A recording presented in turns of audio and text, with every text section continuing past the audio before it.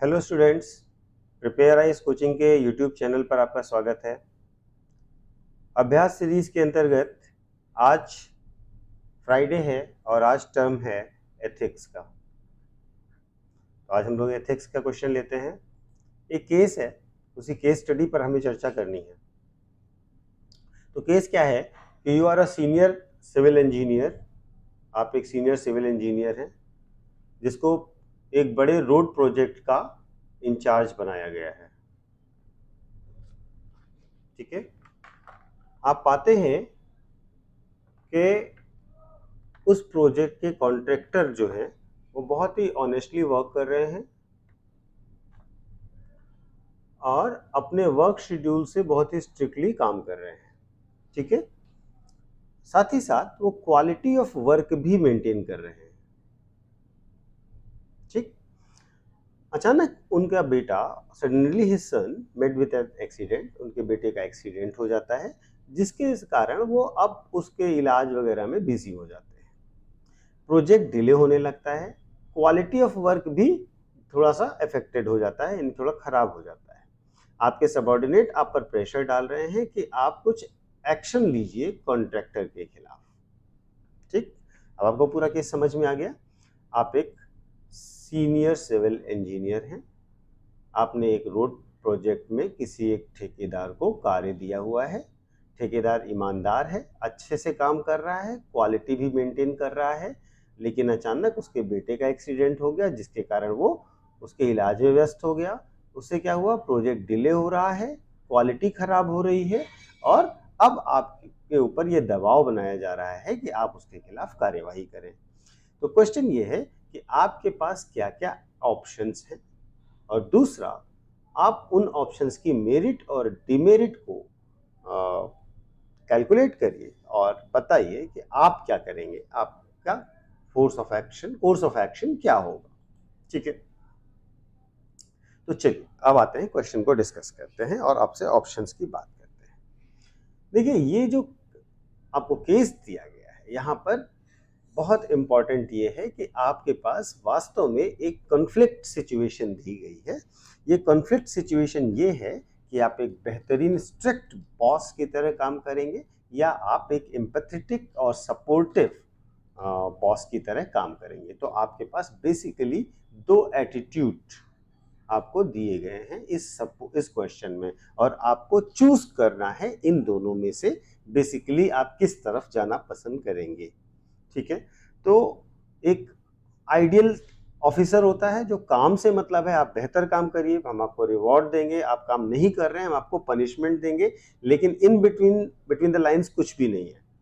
ठीक है, आपको काम से मतलब है, आपका बेटा बीमार हुआ है तो वो आपकी प्रॉब्लम है, आपको काम करवाना है और आप काम करवाइए। एक तो है कि strict values based, strict rule based administration हो, दूसरा ह्यूमन वैल्यूज को महत्व दिया जाए, के साथ प्रॉब्लम्स हैं उसको कंसीडर किया जाए। तो ये दो एक तरीके से कॉन्फ्लिक्ट है दो विचारधाराओं का। ठीक है, अब हमें देखना है कि हमारे पास क्या क्या ऑप्शंस हो सकते हैं। आपकी अंतरात्मा क्या कह रही है वो आप देखेंगे या कानून क्या कह रहा है वो आप देखेंगे, नियम क्या कह रहा है वो क्या देखेंगे। तो आपके पास वर्तमान में ऐसी सिचुएशन में तीन ऑप्शंस अवेलेबल हैं। पहला ऑप्शन ये है कि आप कॉन्ट्रैक्टर के अगेंस्ट एक्शन लीजिए, उसके कॉन्ट्रैक्ट को टर्मिनेट कर दीजिए और प्रोजेक्ट किसी अन्य पार्टी को दे दीजिए, पहला ऑप्शन। दूसरा ऑप्शन, कॉन्ट्रैक्ट को थोड़ा टाइम लेने दीजिए, उसको थोड़ा टाइम दे दीजिए, ठीक है, और उसको काम करने का अलाउ करिए। ठीक है, तीसरी बात यह है कि आप कॉन्ट्रैक्ट की डेडलाइन को बनाए रखिए और कॉन्ट्रैक्टर से ये कहिए कि वो इनफॉर्मल तरीके से प्रोजेक्ट किसी दूसरे को दे दे जो कॉम्पिटेंट हो और एक्सपीरियंस्ड हो। ठीक है, जो कि टाइम से कॉन्ट्रैक्ट पूरा कर दे, जिसको कॉन्ट्रैक्टर पेमेंट कर दे, कॉन्ट्रैक्टर को आप पेमेंट कर दें। ठीक है, तो ये तीन ऑप्शन है। पहला, आप टर्मिनेट कर दीजिए, दूसरा उसको टाइम दे दीजिए, तीसरा उससे ये कह देते हैं कि भाई आप किसी और से करवा लो, आप उसको पेमेंट कर दो जो काम कर सकता है और आप हमसे पेमेंट ले लो, तो टाइम से काम भी पूरा हो जाएगा।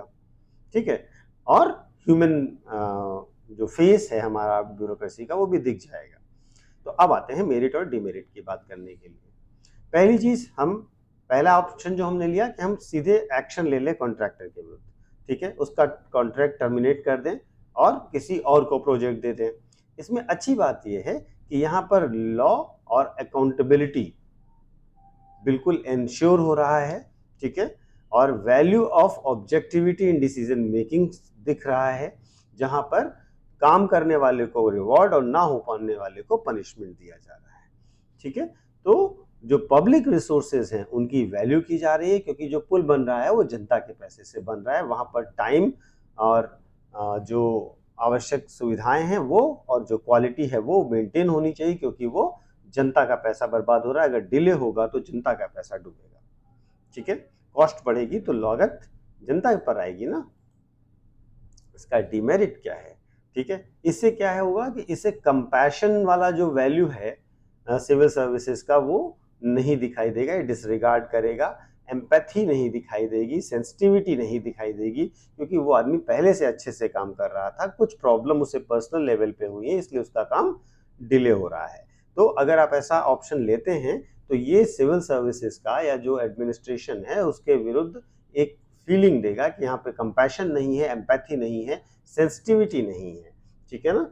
जो कि किसी पर्सन के साथ दुर्घटना हुई है, वो कोई जानबूझकर उसने ऐसा नहीं किया है, उसके बाद भी उसके साथ एक अच्छा बिहेवियर नहीं किया जा रहा है, ठीक है। तो इस तरीके से इसके साथ ये डिमेरिट्स भी होंगे, ठीक है।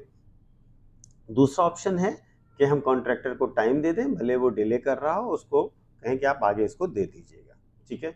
ये जो अप्रोच है ये कंपैशन पर बेस्ड है और ये दिखाती है कि हम ह्यूमन फेथ, एम्पैथी, सेंसिटिविटी ये सब कुछ शो कर रहे हैं, ठीक। लेकिन इसमें डिमेरिट क्या है? डिमेरिट ये है कि आप पहली बात जब डिले कर रहे हैं तो प्रोजेक्ट की कॉस्ट बढ़ रही है और प्रोजेक्ट इंडेफिनेटली डिले होता चला जा रहा है, ठीक है। और ये आइडिया ऑफ गोल्डन मीन के भी अगेंस्ट है, ठीक। इसके साथ साथ ये है कि जो रिसोर्सेज हैं वो पब्लिक रिसोर्सेज हैं, उनका आप कद्र नहीं कर रहे हैं, उनको आप अननेसेसरी बढ़ा करके खर्च कर रहे हैं। और वो किस लिए? क्योंकि आपका पर्सनल सेटिस्फेक्शन आपको प्राप्त हो कि आपने ह्यूमन वैल्यूज को महत्व दिया है। तो ये कोई बहुत अच्छा लॉजिक नहीं है, ठीक है ना। रूल्स और रेगुलेशन को फॉलो करना एडमिनिस्ट्रेटिव एफिशिएंसी का बेस होना चाहिए, ठीक है। तो यहाँ पर इस तरीके से इसकी डीमेरिट्स को आप देख सकते हैं, ठीक है। अब तीसरा ऑप्शन ये कि हम उससे कहें कि भाई देखो कॉन्ट्रैक्ट सेम है, ये है कि तुम काम नहीं कर पा रहे हो, आप काम दूसरे से करवा लो, उसको पे कर दो, हम तो आपको पेमेंट कर ही रहे हैं, ठीक है। तो इसकी मेरिट ये है कि पहली चीज तो यह है कि काम जो है आपका वो 100% हो जाएगा टाइम से, तो जो पब्लिक के फंड का डिले है वो नहीं होगा। दूसरी चीज ये है कि आप उसका कॉन्ट्रैक्ट कैंसिल नहीं कर रहे हैं, तो जाहिर सी बात है ह्यूमन फेस भी दिख रहा है, आपका एम्पैथी, केयर और पर्सनल जो भी आपके अच्छे व्यूज हैं वो दिख रहे हैं। तो बेसिकली कहें कि अगर आप ये वाला ऑप्शन लेते हैं तो आप एक तीर से दो निशाने करते हैं, है ना, kill two birds with one stone कर रहे हैं, ठीक। तो आप इस तरीके से दोनों चीजों को बैलेंस कर ले रहे हैं, ये इसका मेरिट है। डिमेरिट क्या है इसका? डिमेरिट ये है कि पहली बात ये है कि ये रूल्स के अगेंस्ट है, ऐसा कोई रूल में नहीं है, और इससे क्या होगा कि कुछ रूमर्स भी फैलेंगे, फेवरेटिज्म का आरोप भी लगेगा और कहा जाएगा कि भाई इस कंपनी पर ज्यादा मेहरबान क्यों है, ठीक है।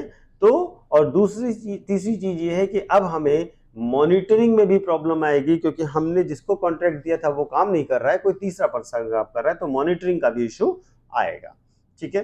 तो ये इस वाले ऑप्शन की मेरिट्स और डिमेरिट्स हो गई। अब आते हैं कि हम क्या करेंगे, कोर्स ऑफ एक्शन हमारा क्या होगा, हमारे पास क्या ऑप्शन है, हम कैसे करेंगे। तो सबसे पहले हम क्या करेंगे, सबसे पहले हम जो है ये देखेंगे कि क्या जो पुराना कॉन्ट्रैक्टर है वो किसी भी तरीके से अपने काम की गति बढ़ा सकता है या नहीं, ठीक है। उससे बात करेंगे स्टैंडर्ड और क्वालिटी मेंटेन करते हुए कितना तेजी से आप काम कर सकते हैं। अगर ऐसा हो जाता है तो बहुत अच्छा है, अगर नहीं होता है, ठीक है, तो हम तीसरे ऑप्शन पे जाएंगे जहां पर उससे कहेंगे कि भाई किसी और से काम करवा लो और आप पेमेंट कर दो, लेकिन काम टाइम पर होना चाहिए, ठीक है। हालांकि ये एक गलत तरीका है, ये इस्टेब्लिश्ड प्रोसीजर्स यानी स्थापित प्रक्रियाओं के विरुद्ध है और इसमें आपके खिलाफ इंक्वायरी भी हो सकती है। लेकिन अगर आप इसी चीज को करने के लिए अपने जानकारी के जो संबंधित बॉस और अधिकारी हैं उनको कॉन्फिडेंस में लीजिए, संबंधित व्यक्तियों को कॉन्फिडेंस में लीजिए, उसके बाद आप इस चीज पर आगे बढ़िए तो समस्याएं बहुत कम होंगी, ठीक है, या नहीं होंगी। तो अगर ये भी नहीं काम करता, ठीक है, तो हम अगला स्टेप क्या ले सकते हैं, तो हम क्या कर सकते हैं, अगर इस तरीके से भी काम नहीं हो पा रहा है, मतलब कहीं से कोई अप्रूवल भी नहीं हो पा रहा है, उसे कोई वो भी नहीं मिल रहा है, तो हम फर्स्ट ऑप्शन पे जाएंगे, यानी कि हम प्रोजेक्ट को मतलब उसके कॉन्ट्रैक्ट को ही कैंसिल कर देंगे। ठीक, क्यों? क्योंकि हमारी प्राइमरी ड्यूटी है कि काम होना चाहिए, ठीक है, काम टाइमली होना चाहिए। तो इसलिए हम सिचुएशन को देखते हुए बाकी सारे एक्शन लेने की कोशिश किए, लेकिन वो नहीं वर्क कर रहे हैं, तो हम सीधे उसको टर्मिनेट करेंगे, काम को कॉम्पिटेंट अथॉरिटी को देंगे, कॉम्पिटेंट ठेकेदार को देंगे और टाइम पर उस काम को कंप्लीट करवाएंगे, ठीक है। तो अगर वो पुराने कॉन्ट्रैक्ट वाले ने सारे ऑप्शंस निगेट ही कर दिए हैं, तो हमारे पास कोई और ऑप्शन नहीं बचता है, तो हमारा कोर्स ऑफ एक्शन ये होगा, ठीक है। सबसे पहले हम उसी को समझाएंगे, उसके बाद अगर वो नहीं कर पा रहा है तो हम कहेंगे भाई सब कॉन्ट्रैक्ट कर लो किसी और से, अगर वो भी नहीं कर रहा है तो हमारे पास कोई और ऑप्शन नहीं है, फिर हमें कॉन्ट्रैक्ट कैंसिल करना पड़ेगा। तो ये हो गया आज का एक केस स्टडी, आप इसको पढ़िएगा, समझिएगा। अगर कोई इश्यू होता है तो आप बिल्कुल बेझिझक पूछ सकते हैं, आप कमेंट कर सकते हैं। Thank you so much.